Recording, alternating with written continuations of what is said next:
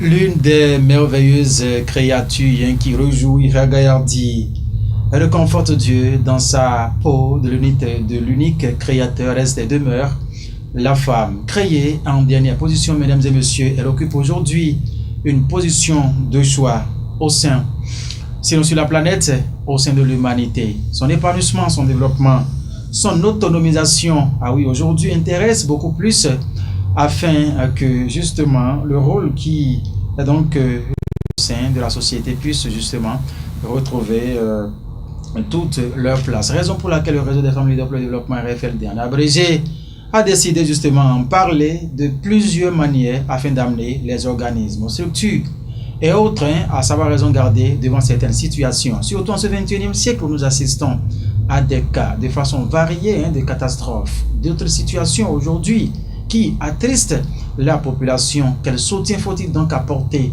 aux femmes, aux rescapés justement en situation difficile? C'est ce que nous allons donc développer sur ce sujet aujourd'hui. Soutien aux survivants, fournir des services complets. C'est donc de cela qu'il s'agira dans cette émission avec notre invité en studio, Marc Affoyon. Il est le président de l'ONG CDAID. Il est déjà là avec nous, j'allais dire tout à l'heure, mesdames et messieurs. Bonsoir. Bonjour, cela dépend de votre position sur la planète. Bienvenue à vous, Marc Affoyon. Bonjour. Bonjour, monsieur le journaliste. Bonjour, chers téléspectateurs de National TV. Merci d'accepter cette invitation. C'est moi. Alors, comme je le disais, la merveilleuse créature qui aujourd'hui, Dieu, quand il se souvient, quand il constate elle existe sur la planète, il se réjouit parce que la femme aujourd'hui, c'est ce que nous chuchotons, c'est ce que nous dolotons, c'est ce que l'univers entier, adore aujourd'hui. Son épanouissement, son autonomisation aujourd'hui, préoccupe plus d'un. Vous êtes là aujourd'hui, responsable d'une organisation d'envergure internationale. Dites-nous en un premier temps, quelle appréciation faites-vous de ce qui se dit aujourd'hui de la femme, parlant bien sûr de son autonomisation, parlant bien sûr de son épanouissement, son émancipation, Marc Affoyon. Ok, merci monsieur Mathieu. Il faut dire que depuis des décennies, la femme a été traitée comme un être plus faible, un être faible. Et il y a beaucoup d'organismes qui travaillent aujourd'hui pour restaurer la dignité de la femme, pour donner à la femme ses droits, pour respecter les droits de la femme. Donc, il faut dire que l'autonomisation de la femme aujourd'hui est une préoccupation de tous. Et nous savons que la femme est d'abord, ils sont tous nos mamans. Ils sont tous nos mamans. Donc, il faut quand même donner à la femme un statut qui va lui permettre de se sentir plus à l'aise, de jouir pleinement de ses droits et puis de participer pleinement au développement socio-économique de la nation. Super. C'est justement dans cet élan que le réseau des femmes leaders pour le développement RFLD agit aujourd'hui. Quelles sont vos appréciations face à ces multiples actions que mène sur le terrain ce réseau pour l'émancipation, l'épanouissement, l'autonomisation de la femme?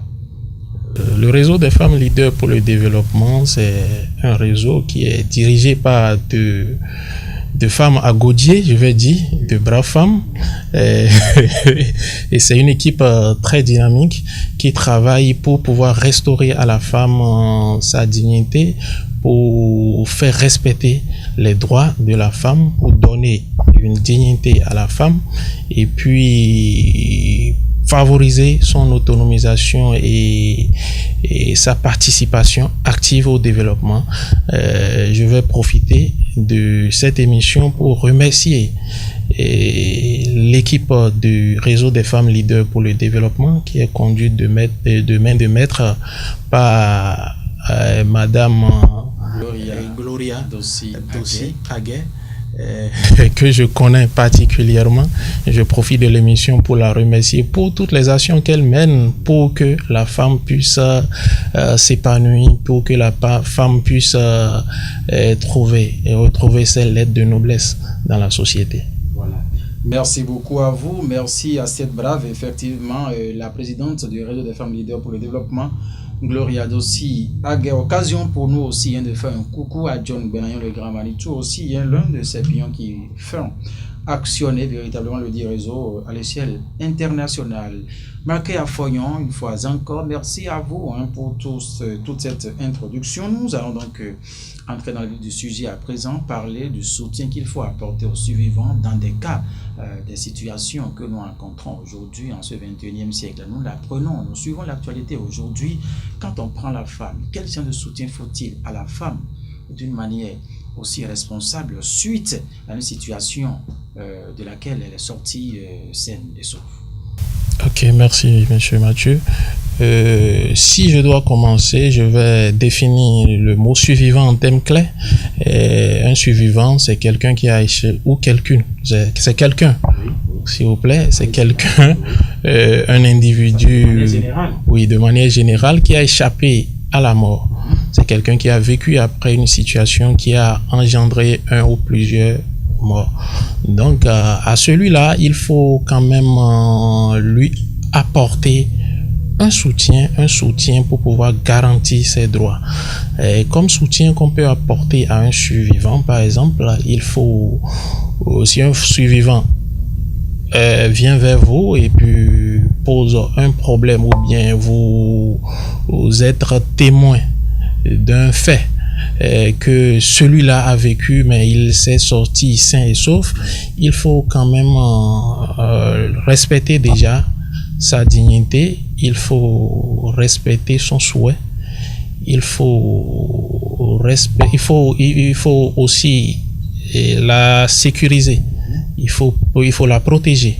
Il faut la protéger et il faut respecter les règles de confidentialité parce que celui-là n'a pas forcément peut ne pas vouloir dire ce qui s'est passé réellement à tout le monde.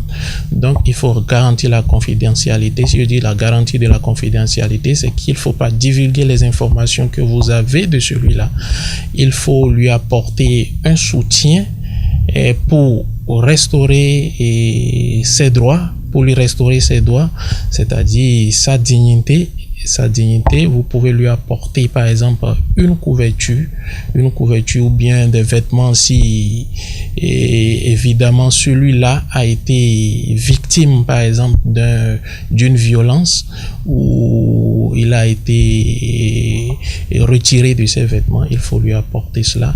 Maintenant, après cela, il faut chercher à l'orienter vers des organismes qui peuvent quand même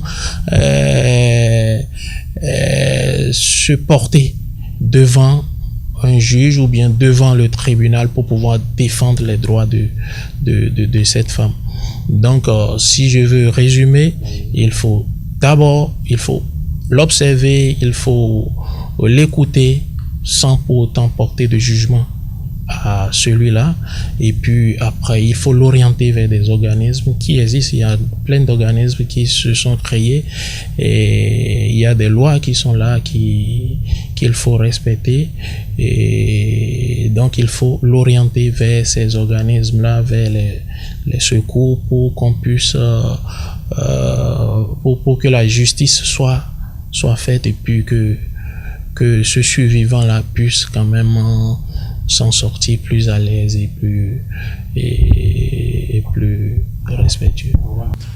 Marqué à Foyon, dans nos milieux ruraux aujourd'hui où l'information ou bien l'actualité n'est pas aussi très bien suivie, est-ce qu'il peut exister une méthode, une manière de faire afin d'apporter cette information au plus profond de nos contrées, au plus profond de nos hameaux, afin que les femmes justement puissent se sentir, puisque quand nous parlons des cas malencontreux, des situations aussi désastreuses auxquelles les femmes sont victimes aujourd'hui, c'est d'ordre varié, vous savez bien. Maintenant, est-ce qu'il peut y avoir une méthode, une manière afin d'apporter l'information dans les hameaux les plus reculés? Oui. C'est déjà ce que nous faisons ce jour ici et à travers cette émission qui est une émission d'information, de partage de connaissances aussi, mais il va falloir encore multiplier les actions de sensibilisation.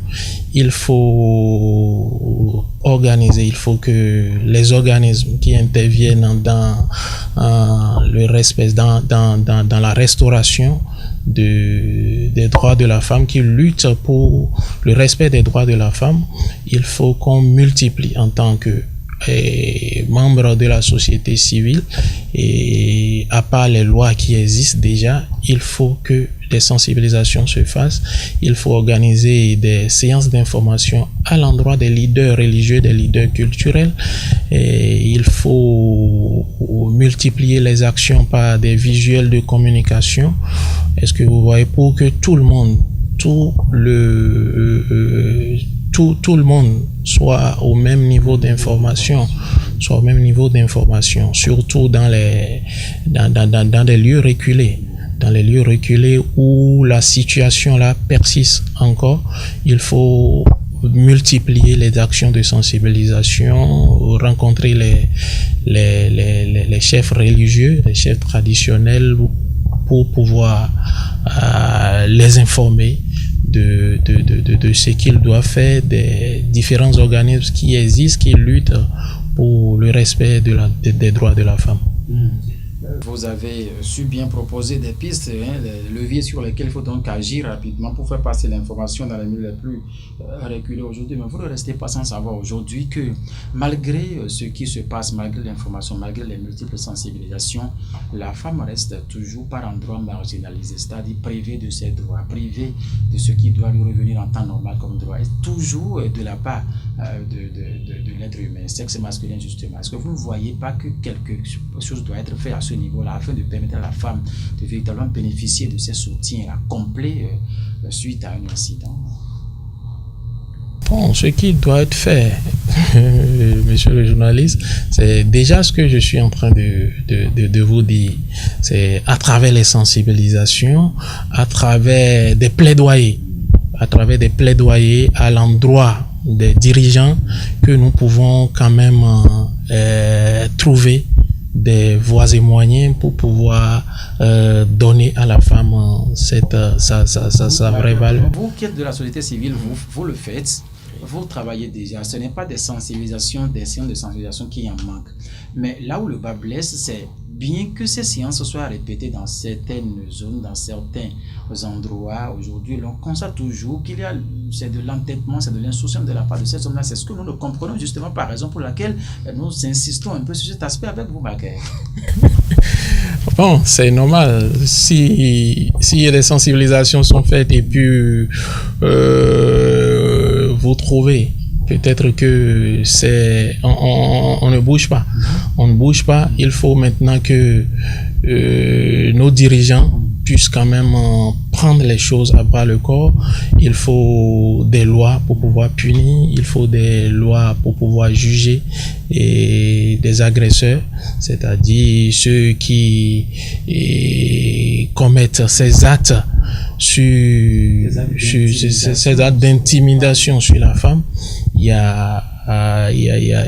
a des lois qu'il faut voter pour pouvoir, et qui sont d'ailleurs déjà votées, mais il faut quand même les mettre en application, les vulgariser pour que chacun puisse jouer sa partition dans ce phénomène-là qui ne cesse de donner un coup à la dignité de la femme. Bakay Afoyon, et quels genres de situations, par exemple, quelles sont les situations suite auxquelles on peut dire telle situation est terrible, les femmes qui sont sorties de cette situation, quels sont les catégories de situations aujourd'hui qu'on peut dénombrer, parlant justement de ce qui peut arriver à la femme afin de mériter un soutien nécessaire, important de la part des organismes comme les vôtres? Bon, si je dois citer si je dois faire une caricature sur les différents types de violences, on peut parler par exemple du harcèlement sexuel. C'est ce que nous constatons beaucoup aujourd'hui qui se passe dans les milieux professionnels, où le chef, compte tenu de la position de son collaborateur, exerce une pression sur lui pour qu'il puisse exécuter ce qui n'est pas de sa volonté. Il y a les cas de viol aussi qui continuent dans la société. Il y a des agressions, il y a des violences physiques il y a des violences physiques qui se passent aussi, que nous dénombrons aussi. Il y a des pratiques traditionnelles et culturelles néfastes telles que les mutilations génitales féminines qui continuent encore dans certaines régions. Donc, tout ça sont des sortes de violences que les femmes subissent au jour le jour, sur lesquelles il faut quand même réfléchir, sur lesquelles il faut travailler pour l'éradication. Voilà. Et aujourd'hui, le réseau des femmes leaders pour le développement, vous pensez que l'effort fourni aujourd'hui suffit déjà ou bien il faut travailler encore afin que cette lutte dont vous parlez soit justement pérennisée et tout? Tant qu'on n'arrive pas c'est-à-dire à l'éradication complète de ce phénomène, il faut continuer dans les actions. C'est ce que le RFLD fait déjà et continue de faire. Le RFLD continue de faire ça, des plaidoyers à l'endroit des dirigeants pour que ces phénomènes-là puissent être éradiqués de façon complète. Donc il faut multiplier les actions, il faut que le RFLD aussi soit accompagné dans ces actions-là par des institutions internationales qui travaillent aussi dans la restauration des droits de la femme, pour le respect des droits de la femme. Il faut que tous ces maillons-là, aussi toute la société civile, y compris nous aussi, nous puissions travailler pour éradiquer complètement. Tant qu'on n'arrive pas à l'éradication complète de ce phénomène-là, il faut que nous continuions dans les actions. L'ONG CDAID qui se reconnaît véritablement à travers la documentation aujourd'hui des centres dans le Bénin, en Afrique. En quoi peut-il donc aider le réseau des femmes leaders pour le développement à atteindre cet objectif? Le réseau des femmes leaders le réseau des femmes leaders pour le développement est un partenaire, le CDAID est un partenaire de ce réseau-là.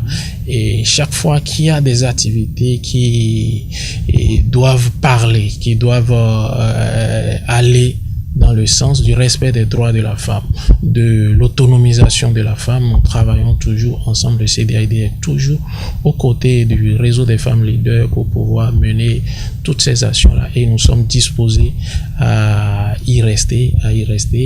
Et puis, par les actions que nous faisons dans notre centre, il y a un retour, c'est-à-dire il y a le réseau des femmes leaders pour le développement aussi qui soutiennent nos actions visant à l'autonomisation de la femme et vice-versa, nous travaillons en synergie d'action. Voilà. Quel genre d'action, quel genre de service faut-il rendre à la femme survivant dans des situations que nous sommes en train de parler ici? Quel genre de service faut-il lui rendre afin qu'elle retrouve justement tout son épanouissement? Le service qu'on doit rendre à la femme en survivant, c'est de l'orienter. Il faut l'écouter et l'orienter. C'est-à-dire la femme survivante que vous voyez, que vous tombez dans une situation où vous rencontrez une femme qui a été victime d'une agression ou bien d'une situation qui doit normalement lui coûter la vie. Si vous rencontrez une femme comme ça, il faut l'écouter et puis l'orienter vers des organismes qui travaillent vraiment pour le respect, pour la préservation de la restauration de sa dignité. Vous voyez, donc il faut pas forcément et se mettre en tant que juge, parce que nous ne sommes pas des juges, des survivants. Nous sommes là pour accompagner le survivant à bénéficier et puis à bénéficier de ces conseils, de l'orientation en fait, afin que la justice puisse faire son travail pour lui restaurer le droit qui est la sienne. Voilà. Marqué à Foyer aujourd'hui, c'est des personnes de bonne volonté. Nous rencontrons, nous constatons sur le terrain, c'est des vivres qu'il faut apporter, c'est des vêtements qu'il faut apporter. Parfois, c'est des numériques qu'il faut donc offrir à des couches vulnérables par moment. Est-ce que vous pensez que cela suffirait juste pour que la femme se retrouve, en tout cas dans son état convenable? Bon, ça, je vais parler des apports, c'est-à-dire des soutiens d'urgence On parle de soutien d'urgence, c'est-à-dire devant un survivant. Si vous avez des soutiens d'urgence à lui faire, c'est-à-dire lui apporter des vêtements, lui apporter, par exemple, il y a une catastrophe et la toiture s'est envolée, la toiture de sa chambre s'est envolée. Si vous avez les moyens ou bien vous pouvez lui apporter de l'aide pour refaire sa toiture, vous pouvez lui apporter des aides alimentaires, vous pouvez lui donner un accompagnement pour son activité socio-économique ou bien pour son activité qu'elle fait de façon quotidienne. Ça, ce sont des apports, des soutiens d'urgence. C'est ça, il faut faire d'abord avant de l'orienter. Avant de l'orienter. Oui. Si vous avez les capacités de le faire, vous le faites d'abord avant de l'orienter. C'est comme les premiers soins qu'il faut apporter. C'est comme les premiers soins qu'il faut apporter, c'est ça. Voilà. Merci, Makaya Foyonti. Non, nous sommes presque à la fin de cette émission. Et quel message aurez-vous maintenant à l'endroit de toute la population, à l'endroit de la gente féminine, afin qu'elle reconnaisse justement que tout ce qui se fait aujourd'hui, c'est en sa faveur et qu'elle doit travailler pour mériter justement tout ce qui se fait aujourd'hui? Bon, à l'endroit de la population, je dirais qu'il faut que nous convergeons nos actions. Il faut que la population soutienne déjà les actions de la société civile, ce que la société civile fait déjà, pour que nous soyons plus, notre voix puisse porter au plus haut niveau, pour que des actions ou bien des lois puissent être votées pour donner à la femme son droit. Et puis il faut aussi que nous changeons aussi de mentalité envers la femme, que nous ne mettons pas la femme en second rang. Il faut que dans le foyer aussi, les hommes puissent donner plein droit à la femme de pouvoir faire des activités économiques. Ce n'est pas que la femme doit rester dans le foyer, pliée peut-être aux soins des enfants ou bien à la volonté de son mari. Il faut donner aussi à la femme ses prérogatives d'acteur de développement. Est-ce que vous voyez, sans pour autant exagérer, mais il faut le faire de façon tout en respectant aussi nos coutumes aussi, nos cultures. Il faut que la femme respecte aussi son mari. Il y a des choses qu'il faut faire vis-à-vis aussi de son mari pour que tout cela puisse bien rouler. Merci à vous, Makaya Foyon. Oui, c'est bon. Oui, c'est bon. Merci, Makaya Foyon. Vous êtes le président de l'ONG CDAID, c'est bien le Centre de documentation et d'action aux initiatives de développement, CDAID, basé dans la ville capitale. Mesdames et messieurs, le CDAID reste un partenaire du réseau des femmes leaders pour le développement. RFLD, en abrégé, soutient aux survivants, fournit des services complets. C'est le thème que nous avons donc développé tout au long de ce rendez-vous hebdomadaire sur les différents canaux de diffusion de National TV. Makaya Foyon était donc notre invité dans ce studio. Guillaume Moukari, c'est lui qui l'a réalisé avec la mise en onde paterne. Merci de nous avoir suivi. Le rendez-vous, c'est encore la semaine prochaine. Portez-vous bien. Au revoir.